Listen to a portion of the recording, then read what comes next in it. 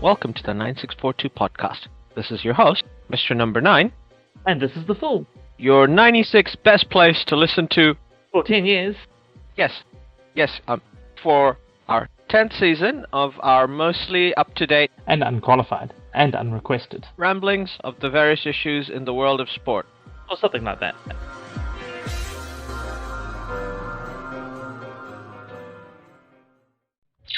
Hello everyone! Today we are going to talk about all the Southern Hemisphere oval codes, oval ball codes, Yeah. and also oval field for some of them codes. Yeah, one of them. One of them. Yeah. Just to be a little different. Yeah. So we are just about to start, well, a couple of weeks into the footy season. Yeah. Super Rugby has had 2 rounds. The NRL just finished a magic round in Las Vegas, and they're going to start their first home rounds this weekend. Yeah. Starting from tomorrow, and the AFL start playing their games tonight as well. Yeah. In just under half an hour. In just under half an hour, at the time of recording. At time of recording. How have you been able to catch much of our interesting shape ball codes? Unfortunately not a lot. I've got highlights of the Super Rugby and the NRL opening round, those Las Vegas games. I got a running commentary on my bus ride back up from Wellington after my hockey tournament. So Nice. as far as I've gone. So no, I have seen that the Chiefs have won 2 from 2, which is always great. I'm sure they'll disappoint later in the season, but starting strong is normal. Yeah, Blues also flattering to deceive, I think. Very early on in the season. Yeah. Hurricanes also 2 from 2. I think those 3 are the only unbeaten teams so far. The 3 unbeaten teams. I've watched a bit of some interesting commentary on rugby. I want to get into it a bit after we talk a bit more about the league, but Yeah. a lot of people angry with Sir John Kerwin. Not really? I missed this? Because I don't know how much of everybody really talked about how great the Highlanders versus Blues game was, which was obviously a thriller. Blues winning by 8 points. Then and John Kerwin complained because the Highlanders took about 4 minutes to get their scrum sorted out while they had the lead with about 15 minutes to go, and the referee just kind of let them fart around. Eat up the clock, and everybody complains that Sir John Kerwin just keeps going on about how he wants rugby to be like league, and we like big scrums. I think a lot of it feels misplaced to me because, I think John Kerwin doesn't mind the scrums. He's just like, they take too freaking long, and too many forwards fart around and play around with the rules. And for players, I don't blame the referees, by the way. Like, they're doing exactly what they need to do for the sake of player safety. Yeah. So, absolutely no complaints about how they are handling the game. No. And rugby union doesn't have a taboo against time wasting the way, the referees in soccer, for example, have no taboos about giving players cards for wasting time. No warning, none of that. Just like, you wasted time, yellow card. Yeah. There you go. Have fun. Yeah, exactly. And most fans kind of just go, yeah, that's what we want. I think with you're empowered to do that. Yeah, and with football, it's normally pretty obvious when the team's trying to waste time, and the card comes out. You're like, yeah, you deserved your card. You're clearly wasting time. There wasn't any. Yeah, and football players are almost playing for the card.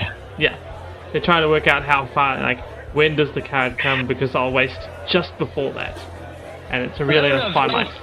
like when you've got like, you've got a 1-goal lead and there's like 20 seconds left, you play till you get a card because that's the maximum amount of time you can waste. And exactly. Your card is like you're sacrificing for the team, but yeah.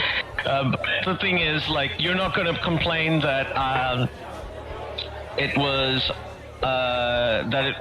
harsh because everybody's kind of knows what time wasting is, and it's whatever the heck the referee thinks is time wasting. Yeah, exactly. Yeah, he can't really argue. It's like, well, I guess that's what the ref thought it was time wasting, and now I know. Yeah. So, like, there's a huge culture war, I think, with rugby. You and I talked about it, where rugby's in this weird position in the Pacific region where, like, rugby league basically fought this 20-year two-front war with AFL and rugby union. Yeah. And they've, like, absolutely destroyed rugby union in Australia. Like, they've won the war so convincingly against Union and the other side of the pond that, it makes the Treaty of Brest-Litovsk look like a cakewalk. But, they've absolutely smashed Union, and they're kind of holding their own against the AFL. Yeah. They're not expanding into AFL territory anymore. They've got their club in Melbourne, and they're just kind of like, okay, we expand, and, I think in their mind, the NRL thinks, and rugby league in general thinks New Zealand is ripe for the taking, and the Pacific Islands as well. Like, the sheer amount of support the island teams get during the Rugby League World Cup, and the Rugby League World Cup kind of just goes, are you one of the best players in the world? Did you play for Australia yesterday? Yes. Do you want to play for Samoa today? Yep. Okay.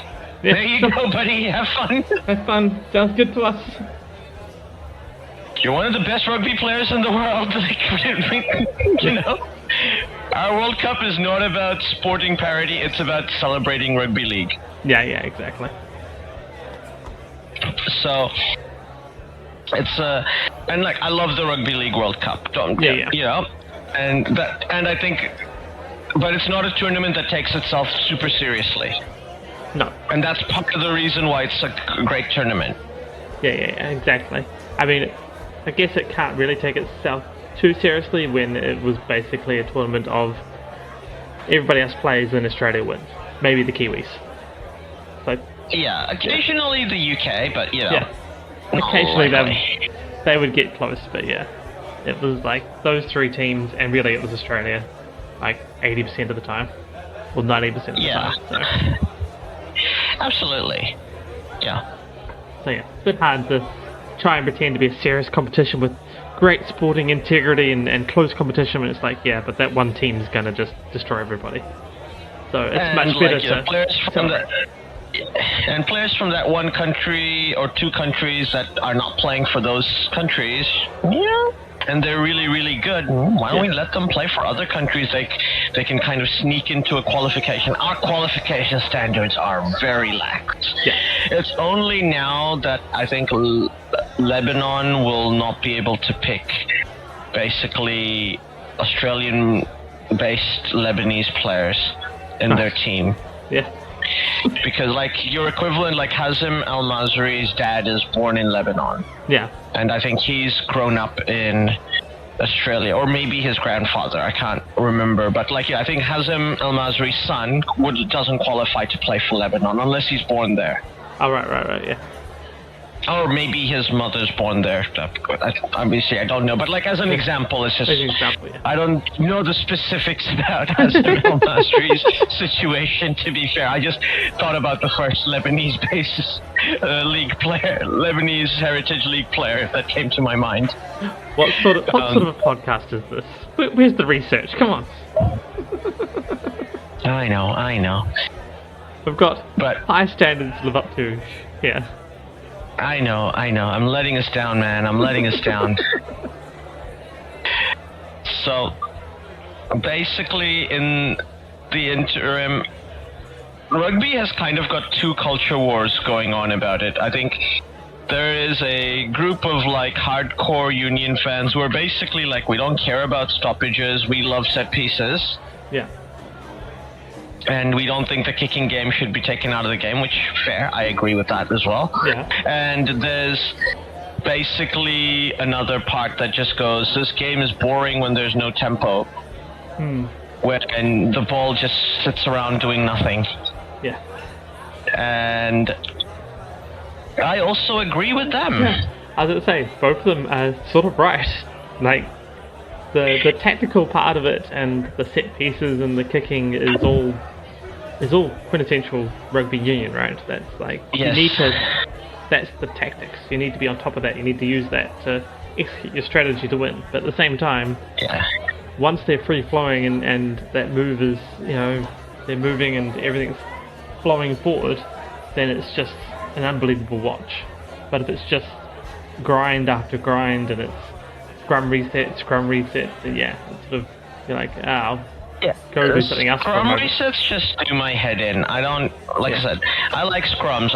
I played as a forward back in another lifetime, back in the day. Yeah. When I could pretend I was good at sport. But the issue with scrum resets is they should, at professional, it doesn't happen at amateur level. It 100% should just never happen at professional level, because it almost always happens on purpose. Yeah. And World Rugby just needs to be like, hey, you fart around with the scrum, you waste time, you get a yellow right away, and then next, and you turn over the ball if you do that. Yeah, I'm fully behind the refs just going straight to a free kick. A bent-arm free kick to a side and just picking, even if they just pick one and be like, we've done one reset, this is not working, don't care. Free kick. Get a move on. Yeah, exactly. Yeah. Don't try reset it. It's like, maybe one try if you think it's working, otherwise just go, no, free kick. One way or the other, free kick. Whoever you think deserves the ball at that stage. Probably the team with the feed into the scrum should get it most of the time, but like if they're the ones dicking around, just be like, nope, you're wasting time messing around with this, not really trying, so other team gets a free kick. Yeah, and if you have the feed in the scrum and it does happen, they do to waste time, as you say, dick around. Yeah. And you turn over the ball and the ref just goes, yep, you get it once. Remember, you get it once, boys. Yeah. Otherwise, it's a free kick. Yeah, exactly. You don't each get one mistake. First one messes up, then whoever messes up next is conceding a free kick. Yeah, exactly. If we're in the 20-yard line, then yep, you've conceded a penalty. Good for you. Yeah. But yeah. Because we know why you're trying to waste time. I actually have another thought on that as well, on penalties in the 25, because I did see a while back, I think it might have been 2 years back, there was a bit of a discussion going on about how teams shouldn't be able to shoot for goal from outside the 25, because it was like, you give away penalties at halfway, someone's got a good kicker, they get 3 points, move on. I actually thought the other way around, which was when you're inside the 25, you can't kick for goal, you have to go for and just make it more attacking. It's like, no, outside the 25, sure, take your 3 points, you're really getting close. Inside the 25, you've got to go for a try. Like, you're pushing hard now, just all in attack. Go. So it's either that or a penalty try. And make them go all in. You got in the 25, you're all in now, buddy. Go for your goal. Yeah. If you don't want to go for goal and you want to rely on your kicker, kick a dropped goal. Yeah, exactly. So you got that, you got to take your line out, or take your scrum back to the drop goal. Do it that way if you must get a 3-pointer, but and really make them force the issue of attacking rugby, which is what that's what people want to see, is good attacking rugby, and forcing the other team back and really getting on that offensive. It's like, just change the rules to force that to happen, you know? No kicking for goal inside the 25, you say. No scrum reset. I would like to see at least one league try it. Like, why can't Heartland Rugby try it? Oh, yeah. See what happens. If the earth, if the sky doesn't fall from the earth, maybe we can try it at Super Rugby. Yeah. Well, they have been doing those sort of experiments at Super Rugby level a few years back. Not that extreme, but when they were trying new rule sets out, they would do it either top 14 or Super Rugby would be the places they would try it out. So they had they had they had professional players with the world's best in among them, but it wasn't at a national level. So you could be like, let's try it out, see how it works at a level with reasonable competition, people that had smart enough brains to comprehend what the changes were, and referees that were good enough to enforce them. Ultimately, taking a penalty from 20 meters doesn't take that much skill. Yeah. Like, you're missing it, you're really, as a kicker, that's a bad day in the office for you. You'd expect to be 99%. Let's because you're right over on the touchline or within, 5 yards of the touchline. Maybe that percentage is dropping, but most kickers these days are getting those sort of kicks most of the time. Yeah. So, yeah, and anything that's resembling in front, you may as well just give them the points. Which is the other option. It's like, there's a penalty, that's 3 points, move on. Why waste time kicking it? In fact, they're likely to get it anyway, so... Yeah, I think just sinking time into actually kicking the goal is a waste of time. Because at least with the XFL, they there is no point after the touchdown. Yeah. There's no extra points. You either try to score from 1 yard for 1 point, 2 yards for 2 points. Sorry, 5 yards for 2 points, and 10 yards for 3 points. All right. And that makes it strategic. That's actually really cool. That is really cool, actually. Yeah. You're saying this because the fact that you get a choice between a extra point or 2 points in the NFL is good. I think that's a really good rule. Yeah. Because 7 points is not safe, you need 8. And the XFL makes it you need 9 to more than a 9-point lead to be safe. Yeah, exactly. Because in theory, a team can score 9 points. Yeah. And if I were an XFL coach, I would practice that hardcore, because you're gonna need to be able to score your point after anyway from 1 yard, from your 1 yard line. Why not just practice the 5 yard line, give yourself a bit more space so you can get to 2 points, and then practice the 3 yards for I don't know why in the NFL teams don't just go, if I score the first touchdown, I'm gonna go for 2, just to put pressure on you, because now you have to go for 2. Yeah. Scoring the extra point doesn't get you close. Yeah. Just make it a 2 points conversion all the time and force them, draw them into that war of attrition. Yeah. I mean, they still have field goals in the XFL. Yeah. Famously, in the first ever XFL game, the kicker missed a field goal and immediately had to go to the sideline and give a small interview, talk to reporters. Brutal. That is brutal. Absolutely. But he faced up, so all credit to him.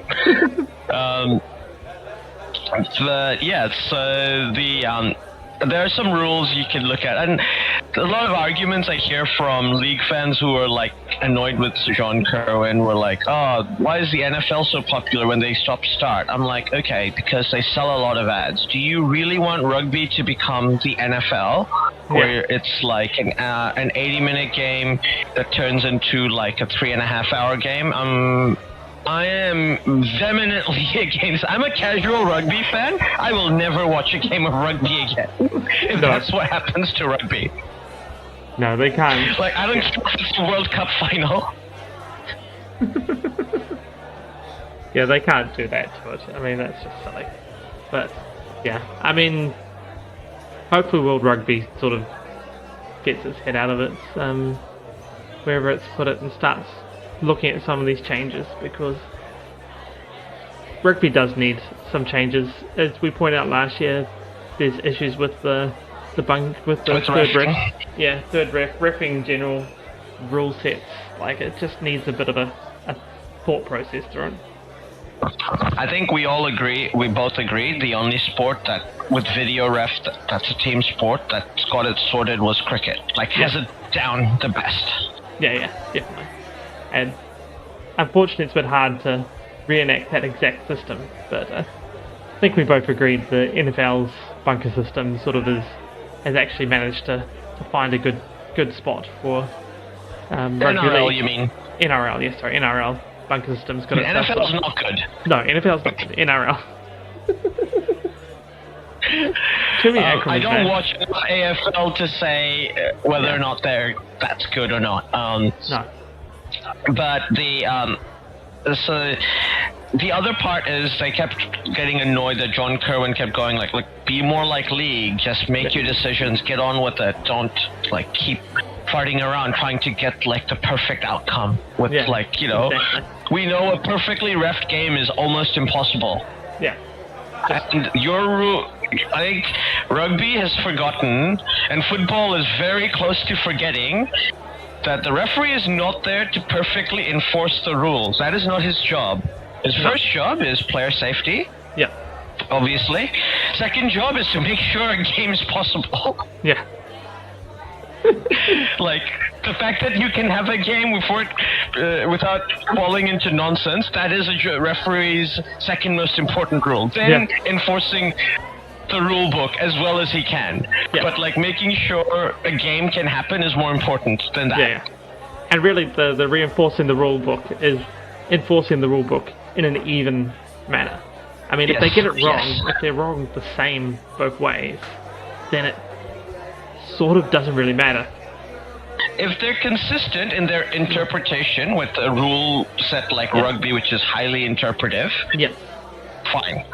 You're consistent with your rule set. If you make a mistake, much like the referee in the World Cup final against the All Blacks admitted, that's also okay. Yeah. And he said, I made a mistake, and he didn't try to make up for it by penalizing the South Africans unnecessarily for not doing anything wrong. That would have been that's not what we want him to do. He's gone, oh, my bad, and you go, okay, fine. Yeah. We're all adults here, that happens. Exactly. The only real disappointment there is there's no process for him to be able to walk it back, having realised that before the impact of that decision was made.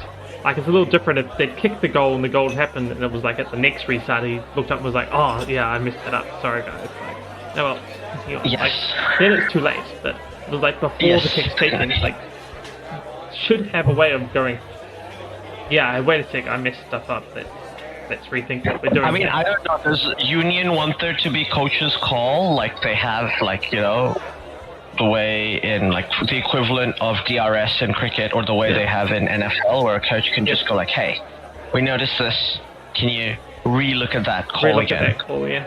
I mean, we already agreed there's too many stoppages in Union. I think that's a bad thing.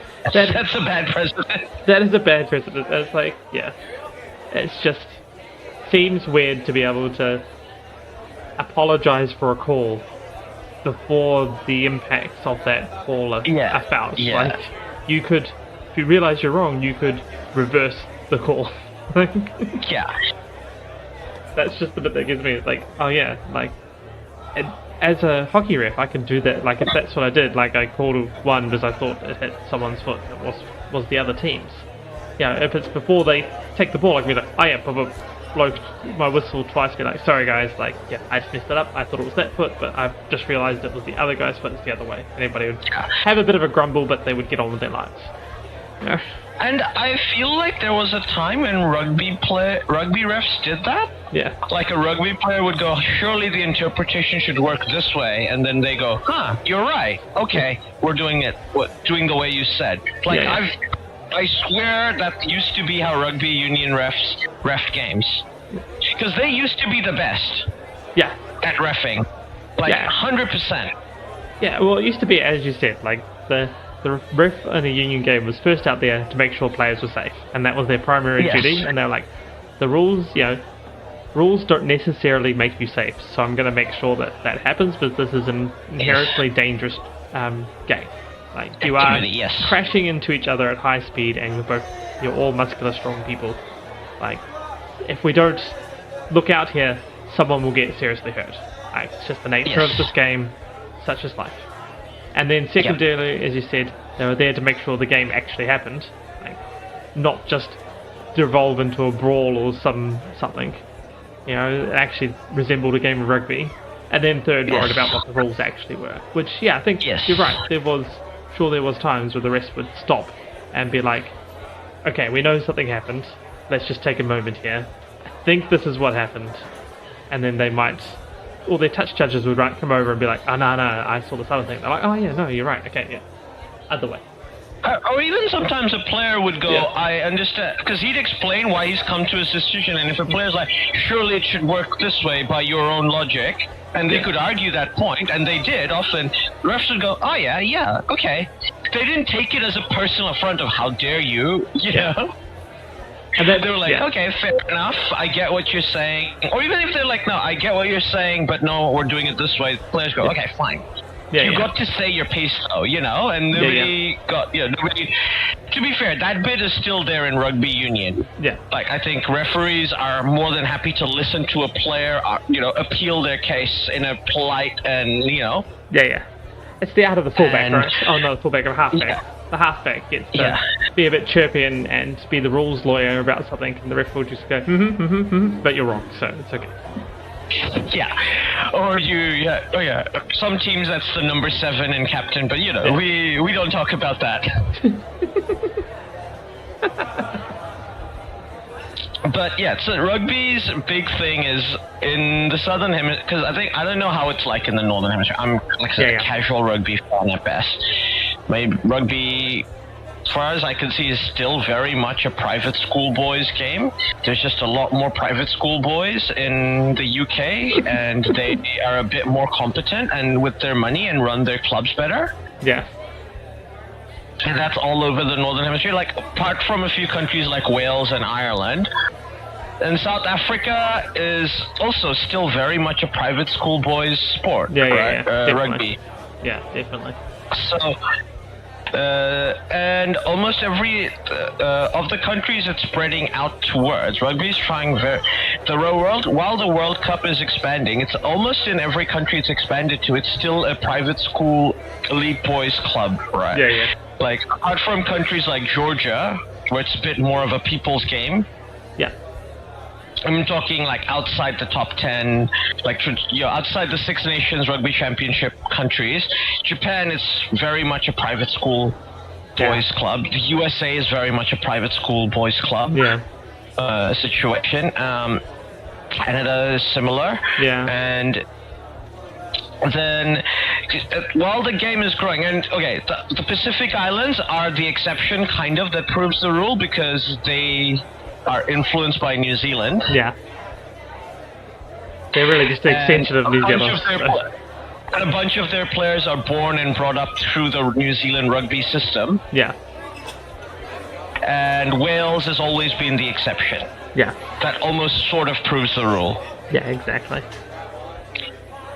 But other than those two, and Ireland now. Ireland used to be a private school boys club situation. It's not anymore. No. For the last few years, last probably 10 years, I guess, it's sort of turned into much, less of the private schoolboys and more of the people's game. Which is shown in the rise of Irish rugby, right? Yes, absolutely. This is why they're always competitive now at the Six Nations level. They're arguably basically Wales with more money and more people. Yeah, they are exactly that. So yes, obviously, league is growing. Union is growing around the world, and that's a good thing. And the World Rugby have done a good job with that. Yeah. But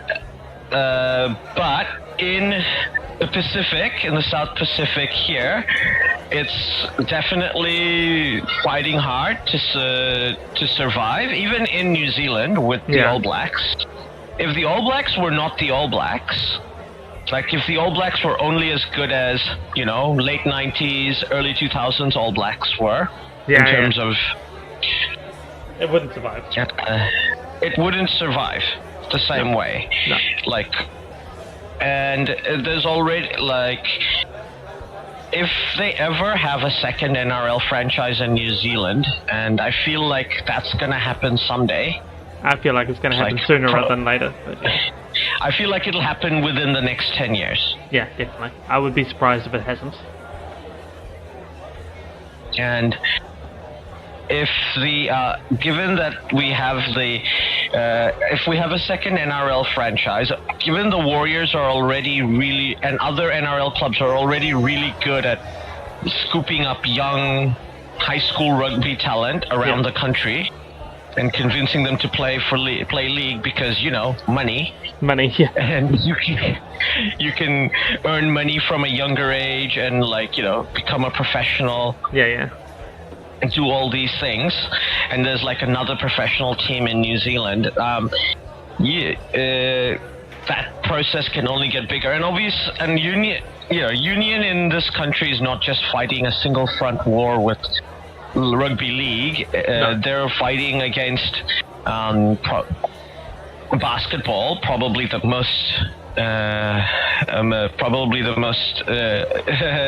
biggest threat in terms of grassroots level and number of players, and soccer is probably the second after them.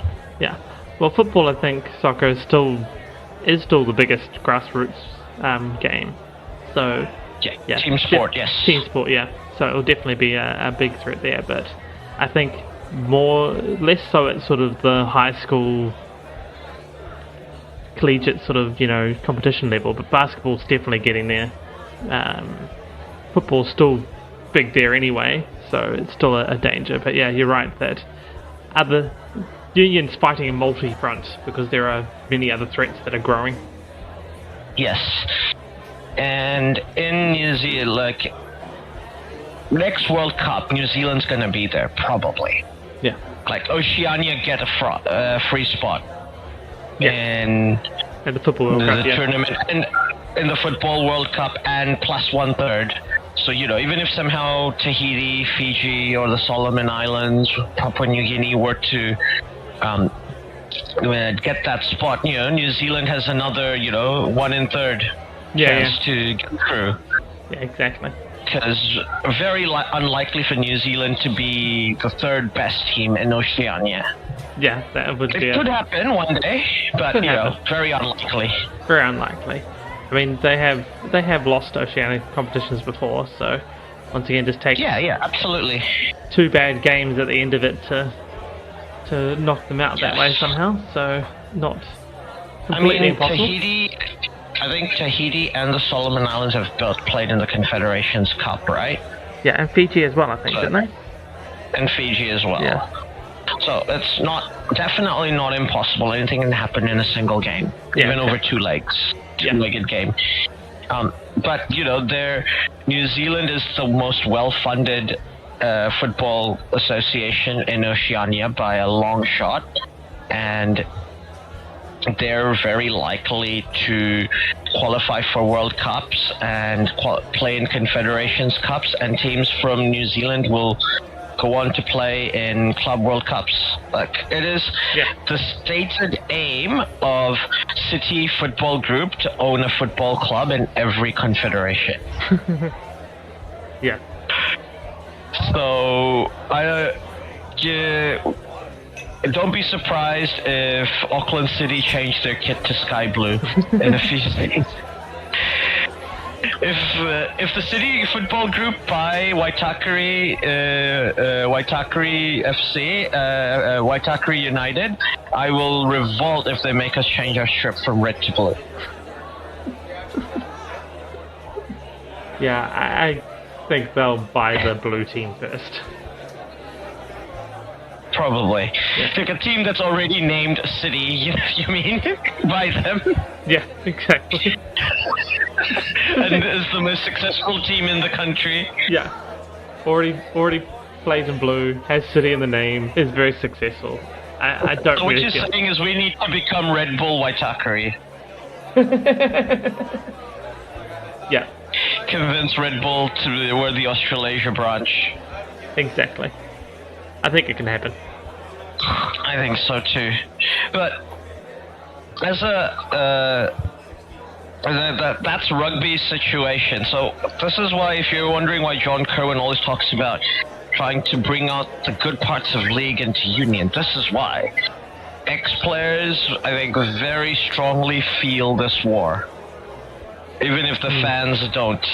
Like, commentators who are ex-players and they're vocal about it. And someone like John Kerwin doesn't hate league. You know, he played league. He played for the Warriors. He's from South Auckland, you know. Yeah. League is in his blood, but yeah, so he's always going to look at league in a favorable light. Yeah. So it's always going to be such that problem, and you know, especially as the NRL looks to expand. Like, you know, you've got an expansionist power next to you. Yeah, exactly. Who's already defeated your forces on their country. Yeah. Like, overwhelmingly. No, exactly. I think they're right. League will look to expand in New Zealand. I don't see how they won't. The NRL will definitely want a bigger share over here. I mean, I think it's kind of already, everybody thinks it's already going to be Papua New Guinea in the next license. Yeah. Then if they decide to get another one at a time or two at a time, I feel like one of the next, because I think a 20-team league for the NRL is probably what's going to happen. You probably end up with conferences of some sort. Yeah.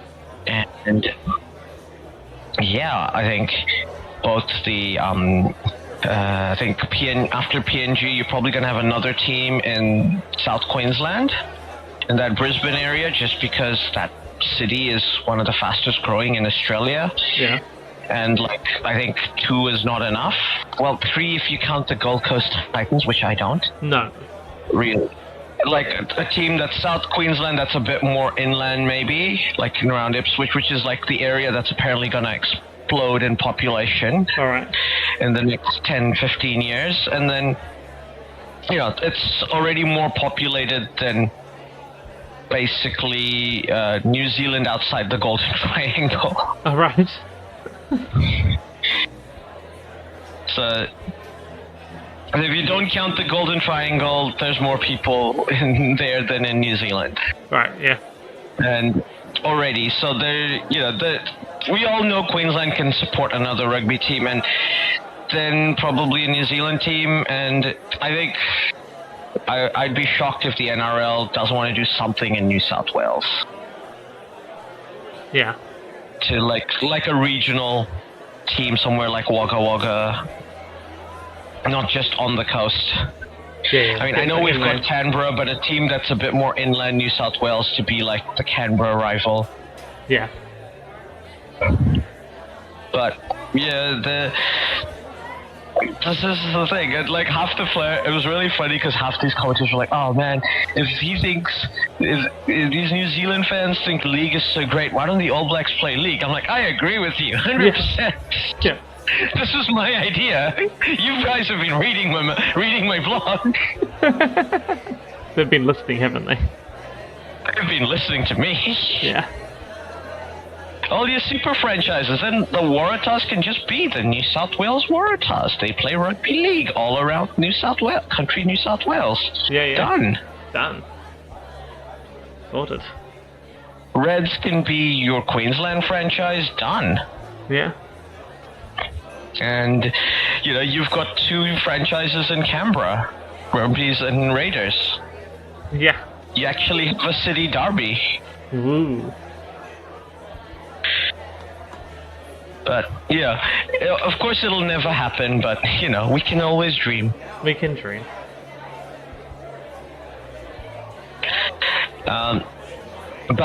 So, looking at the table, as you said, the Chiefs have won 2, the Hurricanes have won 2, and the Blues have won 2. Yeah. Blues managing to win the Gordon Hunter Trophy against the Highlanders. Yeah. They beat the Fijian Drua at home. Yeah. Chiefs managed to beat their rival Crusaders. Yeah. And also managed to pick a win against the ACT Brumbies. Make it sound like it was closer than it was. It was a thrashing of the Brumbies, who the Crusaders are in a bit of a shocking start, losing a close one to the Chiefs, as we said, and they've lost to the Waratahs. I know that's a big one. They haven't really started well in their post Razor Robinson era, so I mean it'll take a while.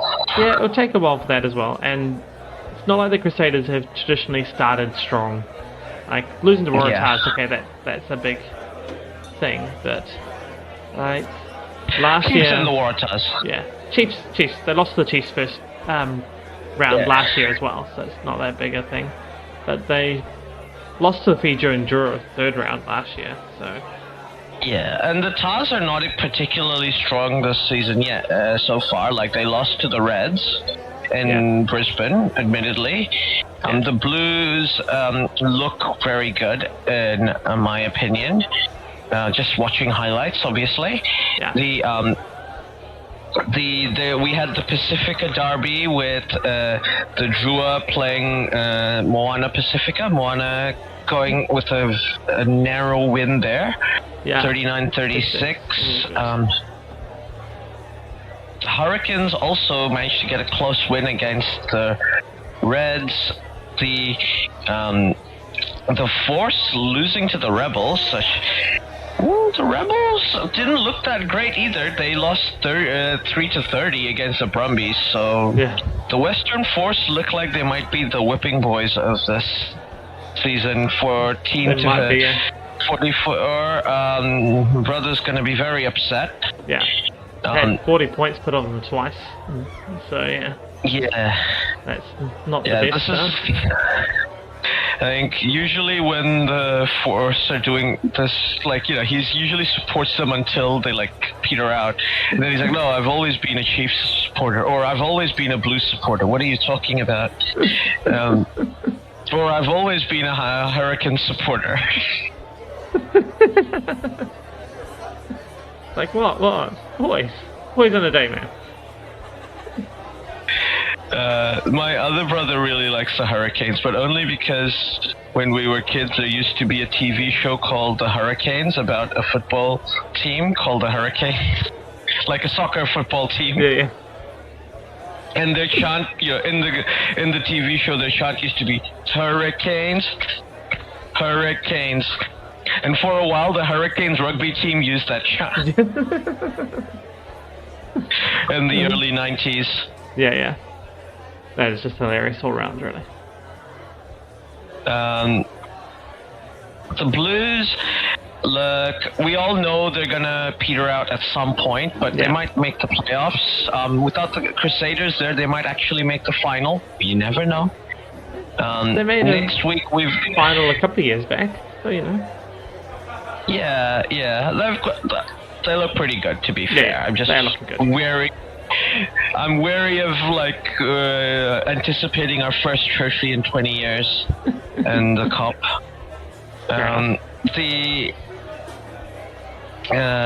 So next week we've got the Pacifica playing the Rebels. I think the Pacifica look really good. I think they're gonna be. I don't know if the Rebels are gonna hold up against them.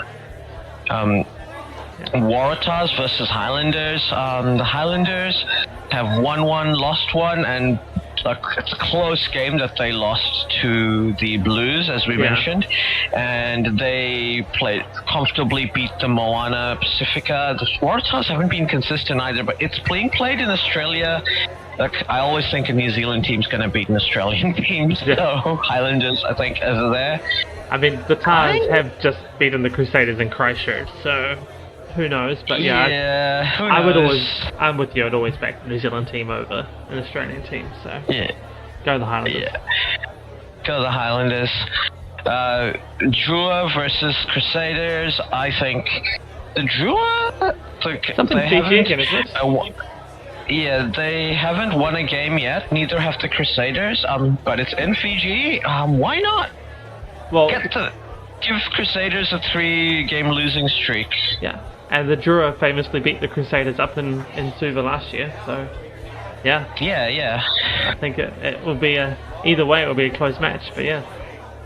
Let's give it to the Drua, because if the Crusaders aren't looking that great, it is up in Fiji, so that's hometown advantage right there.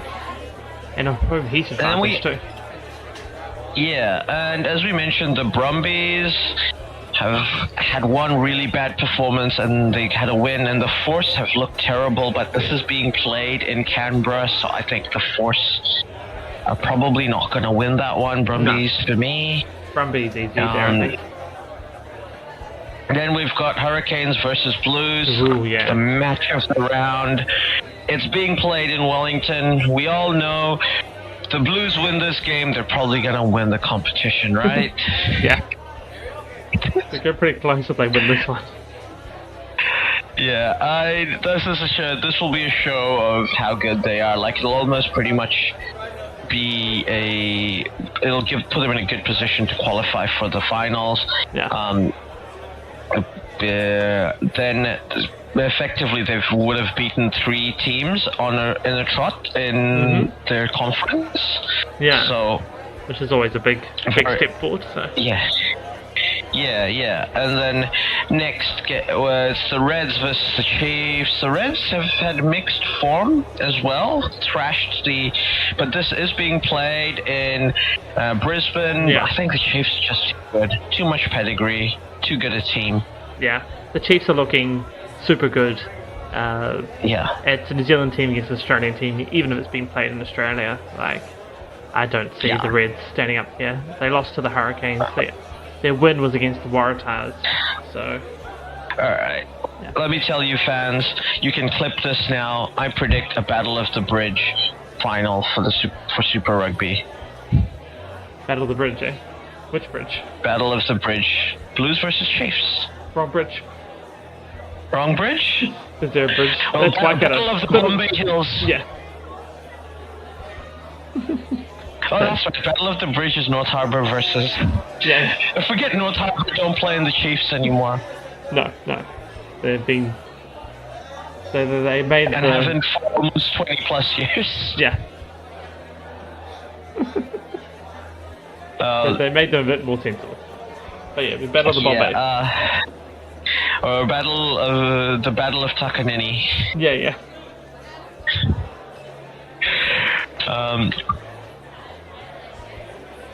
That's what I predict. I think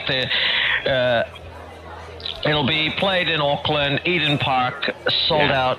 May as well get your tickets now. Yeah. Book your accommodation. Yep. Because if we look at the table, currently, obviously the 3 New Zealand teams at the top, then we've got the Reds, Highlanders, and Brumbies. I think the Reds sneakily might be a really good team for the Australian side. I think, and the Waratahs, not too sure about the Brumbies or the Rebels long term, and definitely not too sure about the Force. Yeah. I think Moana Pacifica, Fiji, and Drua once again mid-table. Yeah. Crusaders are in a rebuilding season. They are in a bit of a rebuilding season. So, doesn't it 3 teams from each conference go through? Oh, I forget what they're up to with the With their thing, I think they may have even got rid of the conferences these days. It may just be top 8. Top 8? Surely that's too many. Pretty sure it was top 8 last year. Where are we? Yeah, it is top 8. There you go. Wow. Yeah, I thought they changed it. Took away the conferences and just made it a straight top 8, which is like basically the entire table, which is always hilarious, but... Yeah, so it's, 3/4. Okay, let's just call it now. I think the Force, the Crusaders, the Rebels in the end, and the Drua are not going to make it, in my opinion. All the rest will make it. It's easier to pick the guys you don't think will make it. Yeah. So you had the Crusaders not making it. You don't think they'll rebuild quite far enough? I think they'll rebuild. Coach is going to take time to get their methodology, and also the team is aging. At the Crusaders. Aging. I still think they'll have enough firepower, enough class to make top 8, though. So you're picking every New Zealand team to make the top 8? Yeah. Oh, well, other than technically the Moana Pacifica, but I have them drop out in the I think the Moana will. Yeah. I mean, they'll get close, but I think Crusaders will get there. I think Moana will be just out, and either one of the Rebel or the Waratahs will be out as well. Oh, okay. You're not. You think the Brumbies will make it? Yeah, I think they'll just do just enough to hold in there. Okay. 7 or 8. I think Crusaders will be bottom half as well. Brumbies will be bottom half of that. So the Rebels or Waratahs will be 8. And then. Okay, so you're saying Force, Drua, Pacifica, the Moana. Yeah, and then one of Rebels. One of the Rebels or Waratahs will not make it. Yeah. Probably more likely. Yeah, probably more likely the Rebels not to make it. Yeah. Waratahs tend to be able to pull something out of the bag normally to keep themselves in there. Yep. Fair enough. I like it.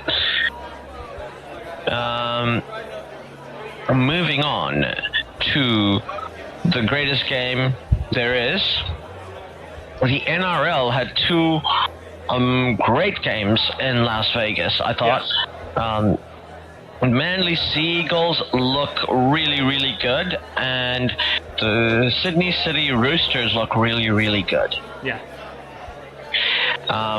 We have to put an asterisk.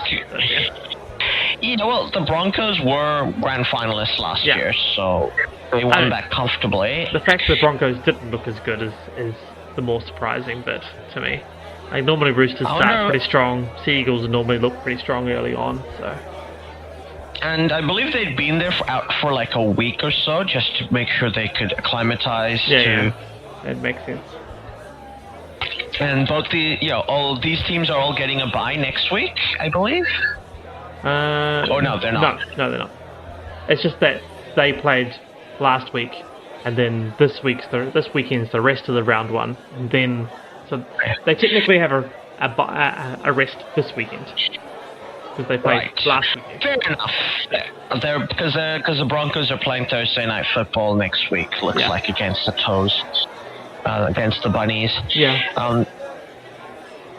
So I think. Manly has looked really good. Then we have the Knights versus the Raiders. Yeah. Obviously, the Knights are probably going to win that at Marathon Stadium. We've got the Warriors playing the Sharks at home. That was absolutely backing the Warriors there over the Sharkies. Storm play the Panthers, game of the round, obviously. I think definitely. I think we're gonna see. I've got a question for you to come back to regarding Penrith, but Storm, I think Penrith are gonna win this game, even though it's in Melbourne. I think the Storm are going to come out strong, but Panthers have that attempting four-peat swagger going for them. Yeah. Next, we have a potential fight for the wooden spoon game between the Eels and the Bulldogs. Yeah.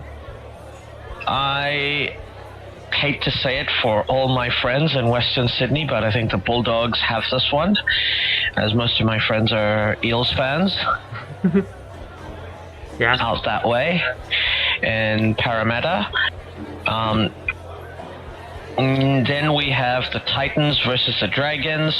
The Dragons are, even though they have to go up to the Gold Coast, they looked very impressive last season. I expect they've done pretty well in free agency as well, so I think they'll continue. They're gonna get a comfortable win. And Dolphins versus Cowboys, a Queensland derby. Yeah. I think Dolphins, obviously, you can never count out Wayne Bennett. No, exactly. It's the Wayne Bennett factor. Yeah. So I'm picking him, the Dolphins to win the game. Now, the question I wanted to ask you about the Panthers.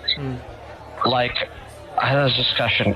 Currently, of players who play in a team sport, is Nathan Cleary the most dominant player playing in a team sport in the world, in terms of how he dominates the competition in every game he plays? Yeah, that's... Like, he's absolutely a revolutionary player. Like, he's doing something ridiculous, like 700 meter kicking for 400 or 500 meters a game. Yeah. And that's the reason why the Panthers are so difficult to beat. Yeah. And like, he's basically, I think I've looked at some ridiculous stats. He's gotten kicked more than 4,000 meters for the last 4 years. Wow. For territory. Yeah. And obviously his place kicking is on point. Yeah. And the Panthers have other good kickers in their team as well, like the other players in the halves.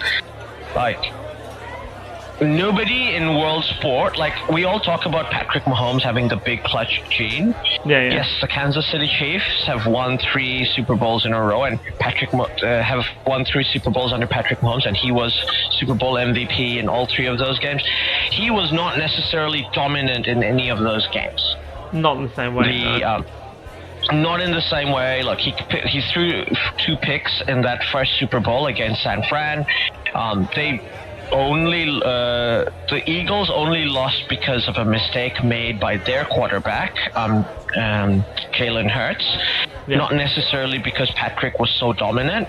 And the Super Bowl just being, San Francisco came really close to winning, and there was some really bad calls, I think, by the referees. And, he didn't play a perfectly clean game either. I was like, Nathan Cleary just, basically coming back from, 24-3? Something like that, yeah. Or was it 24? And just, because there's like this viral clip of Gordon Tallis like absolutely going nuts in the 60-minute mark because, Brisbane are going to win. And like, God bless him, he's absolutely right to be celebrating at that point. And like, every minute onwards, he's just like getting more and more, like, at one point he's just like, he's like at first scared, and then he's like, and then he's just like, wow, this kid, like, his face is like, wow, that's amazing. Like, I can't even get mad. Yeah, exactly.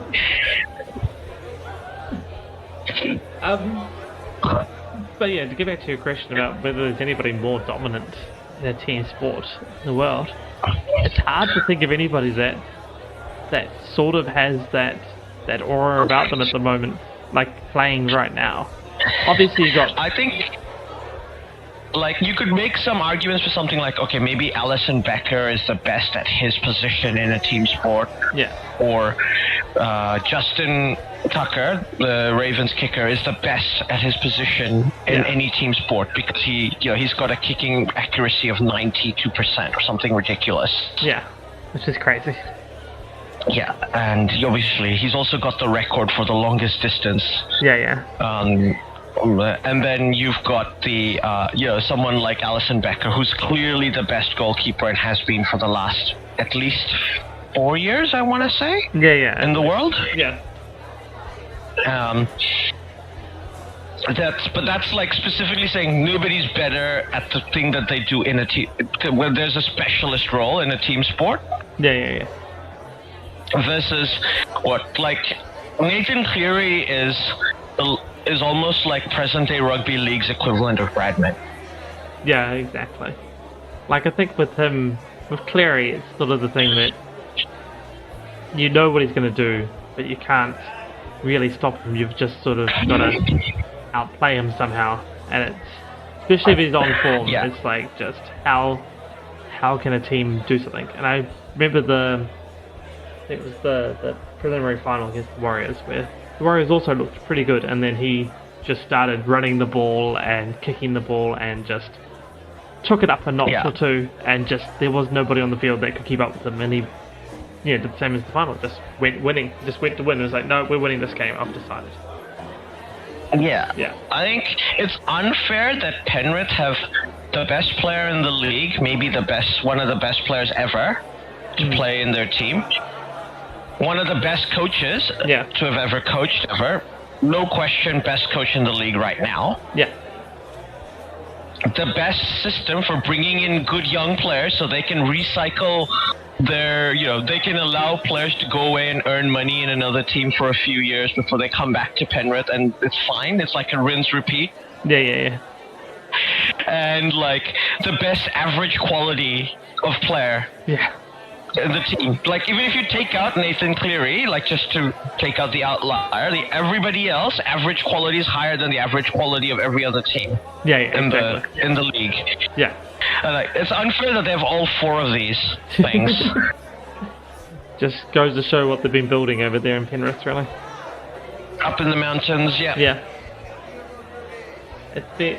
And to be fair to Penrith, they have been building to this for a few years now. So the fact that they're now, they're making the hay now from all that hard work, like, there's a fifth thing that makes it also unfair, is that you can't fault them for it. Like, they're all those good things. You're like, you know what? You deserve this, Penrith. You deserve it. Because, they have made mistakes. Like that first spell where Cleary was there that didn't go as well. Mm-hmm. He was clearly building something, and then he left to go to West, I want to say, before coming back. Yeah, I think that's where he went off to, yeah. And the team does look like that setup is really, really good. And this is the thing, there are so many good teams in the NRL right now. Like, clearly Penrith is better than everyone, but it's a crowded field after that, right? Yeah. Like, there's your Storms, there's your Broncos, there's your Manlys, Warriors, there's your Knights. Yeah. Any one of these are all teams you it's in Super Rugby, we were like, beating around the bush to try and figure out, but it didn't take that long because we were just like, okay, it's so, there's 8 teams make it out of 12. We just have to pick 4 we think aren't going to make it. Yeah. NRL, picking 8 teams that we think are going to win, going to actually make the finals is really hard to pick. Yeah. Very hard. Your top 8, obviously we picked Penrith. Yeah. Storm. I would pick the top 4 from last year to still be top 8 this year. So Penrith, Storm, Warriors, Broncos. And Broncos. So yep, I agree with that. And then you've probably got Manly. Yeah, I think so. Probably Roosters, I guess. Probably the Roosters. So that's 6 probably now. The Knights. Yeah, the Knights, that's 7. And probably the Rabbits. Or the Dragons, they're both good. Both good. Even the Cowboys are good. Yeah, even the Cowboys. This is where it gets hard to take. You've got there and you're like, but 7 to 9 is competitive. 6 to 9, 6 to 10 is super competitive. Yeah, I think so. Spot, because there's a bunch of teams that could play in there. Like, I don't expect the Raiders, for example. I don't expect the Tigers, the Raiders, or the Titans. Those are three I'm just going to discount off the bat. Probably. But after that, I'm like, maybe. Eels, probably not either. I was going to say, Eels, you probably... Dogs, probably not either, so... Yeah. 5, so you've got 12 teams, which we all go, yeah. They're all contenders for making the... Like, maybe the Dolphins you can discount, so 11? Yeah. 11 out of 17 teams, you're going, they could all make the playoffs.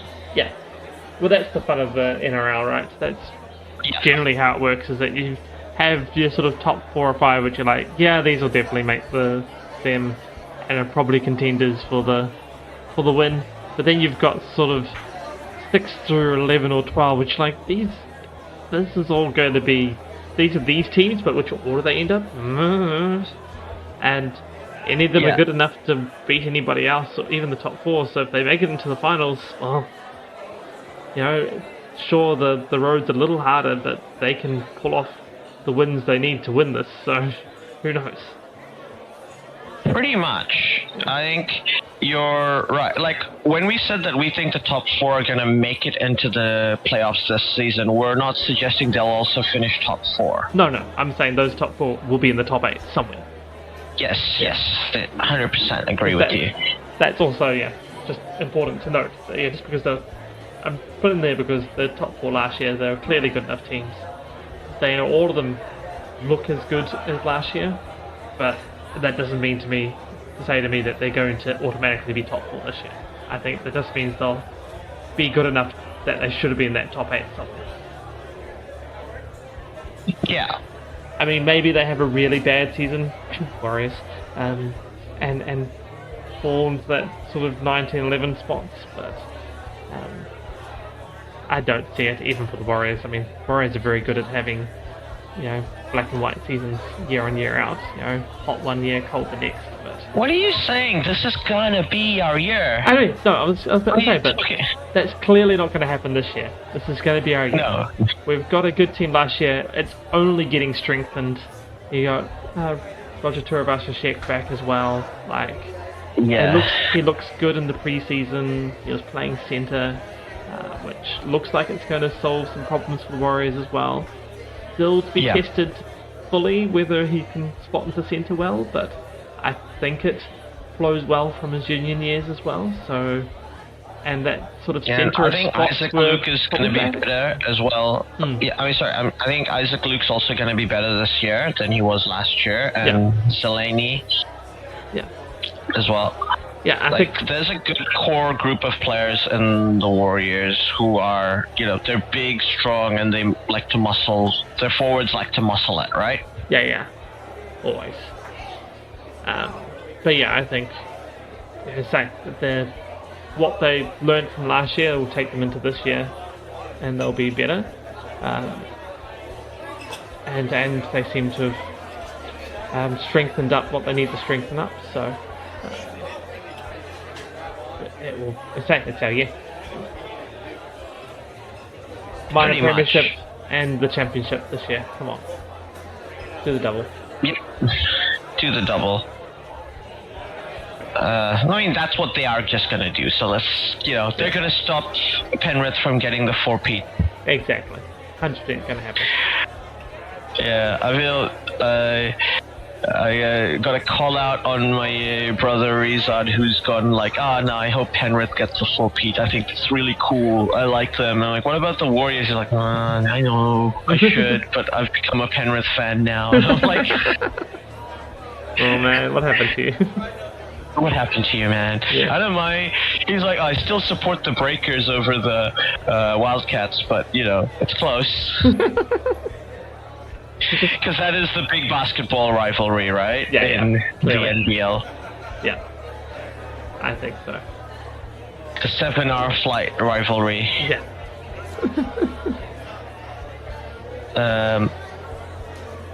So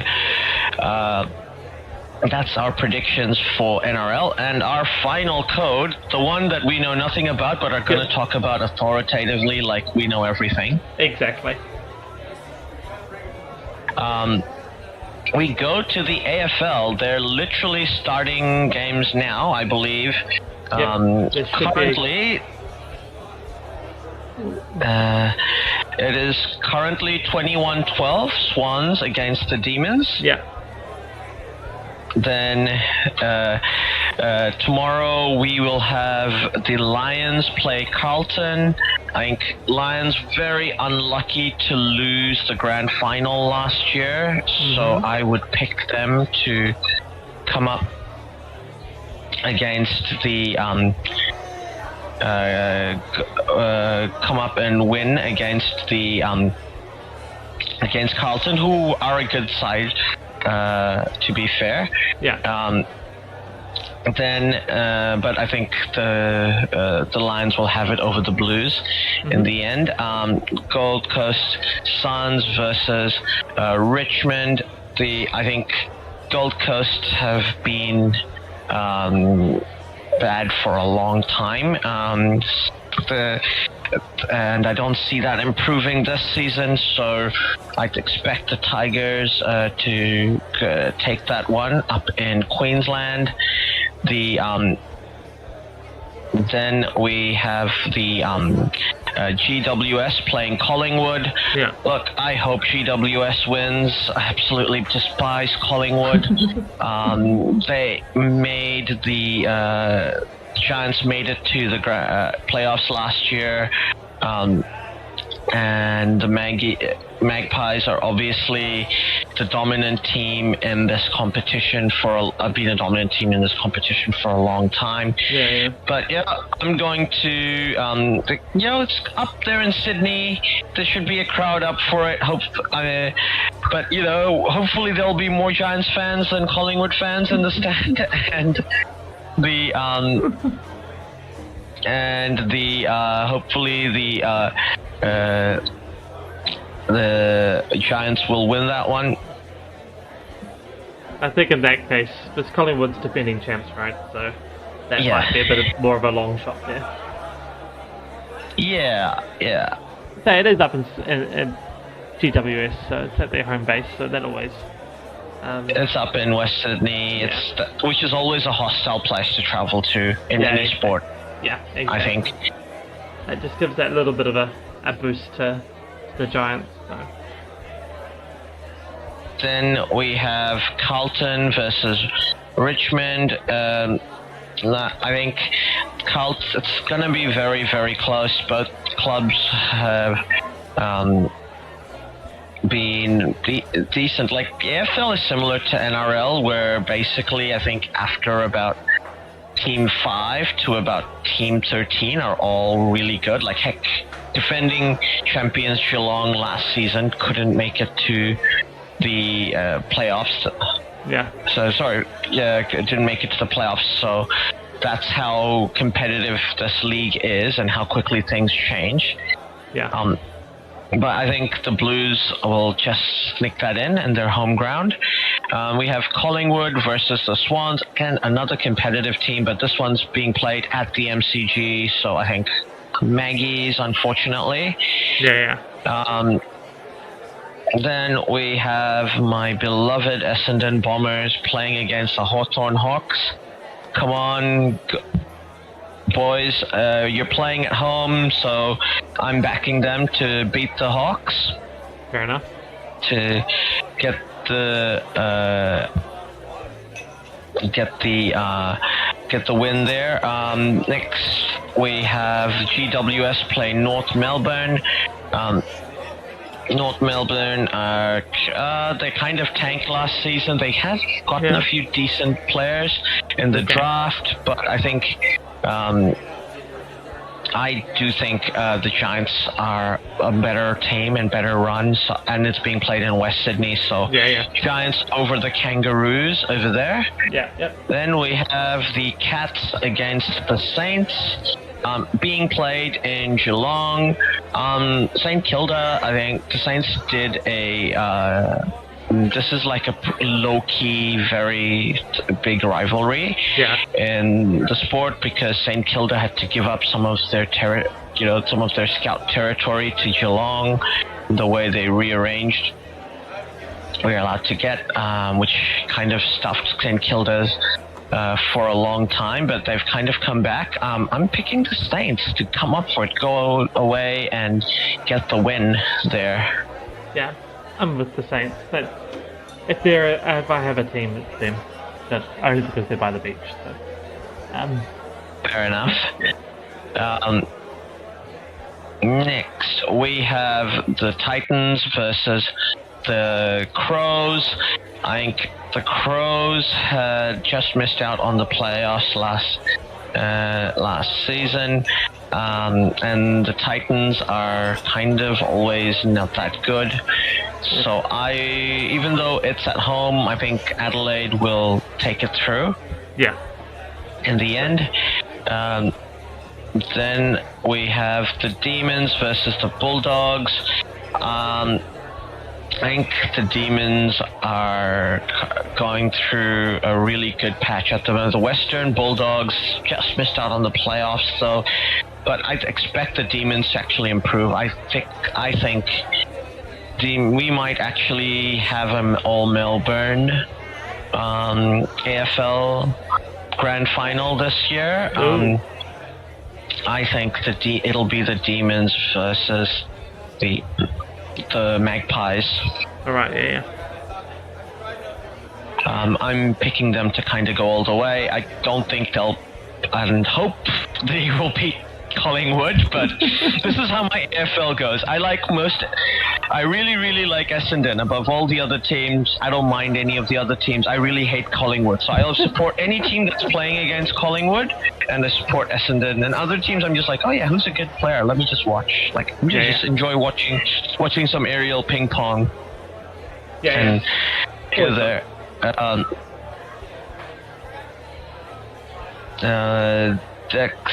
We have Port Adelaide versus West Coast. That's at home. For Port, I think the Power are going to thrash the Eagles, unfortunately, who were the wooden spoon last season. Yeah. Sure, my brother doesn't want to hear that. I think back-to-back seasons where the Dockers are going to be above the Eagles. Yeah.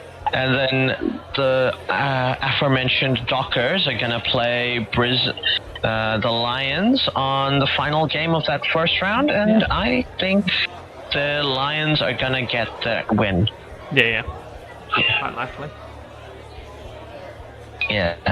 And just for people who are curious, we are currently in quarter number 2, and the Swans are still in the lead against the Demons, so hopefully the Demons don't make a fool of me and lose badly to the Swans, so expect to come back. Yeah. I'm sure it will happen.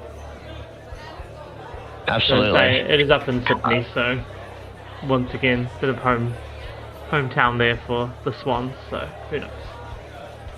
Yeah, I think if we're gonna make some predictions for top 8, obviously Collingwood, and I obviously think the Demons, Melbourne, are gonna make it through. Yeah. I think we are gonna see the Saints back in the back-to-back, and Port Adelaide. Yeah. Again, I think we will get the Brisbane Lions again. I do think the Swans will make it again. I always kind of think the Swans are pretty good. Yeah, the Swans are pretty good. Whenever I've seen them play, they always seem to be playing reasonably well. So, I also think the Giants are gonna make it again. Yeah. So the 2 Sydney teams, 1 Adelaide team, one Brisbane team. And then as a final, like, this might be me basically being crazy, but Essendon back in the playoffs. That's what's gonna happen. I'm sure. Sure, I'll accept that for you.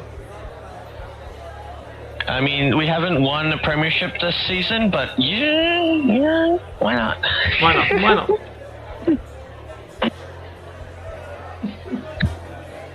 You never know what can happen. Yeah. Absolutely. But I believe it's going to be a great season. I can't, AFL is something I kind of take an even more casual look at than I do with rugby and rugby league. Yeah. And that might change if we ever have a team here in Auckland or New Zealand. Exactly. Come on, AFL, you want to beat on Union as well. Yeah, come on, AFL. Sure, it'll be good. But it should be great. All the oval ball codes. It's the part of the season where it's all exciting. We'll see the picture emerge in the next 6 weeks. See who's good. See who's poor. But I can't wait. I think that's all we have time for today. Yeah. Thanks very much for listening, and look forward to hearing from you next time. Catch you next time.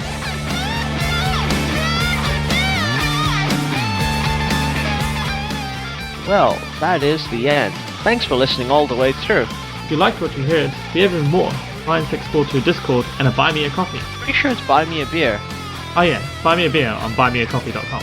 In both these places, you can talk to us, and we may even listen, especially if you do buy a said beer or coffee. I might still be confused. Yes, we're easily bribed. All links are in the show notes below. Don't forget to like and subscribe. This is on YouTube.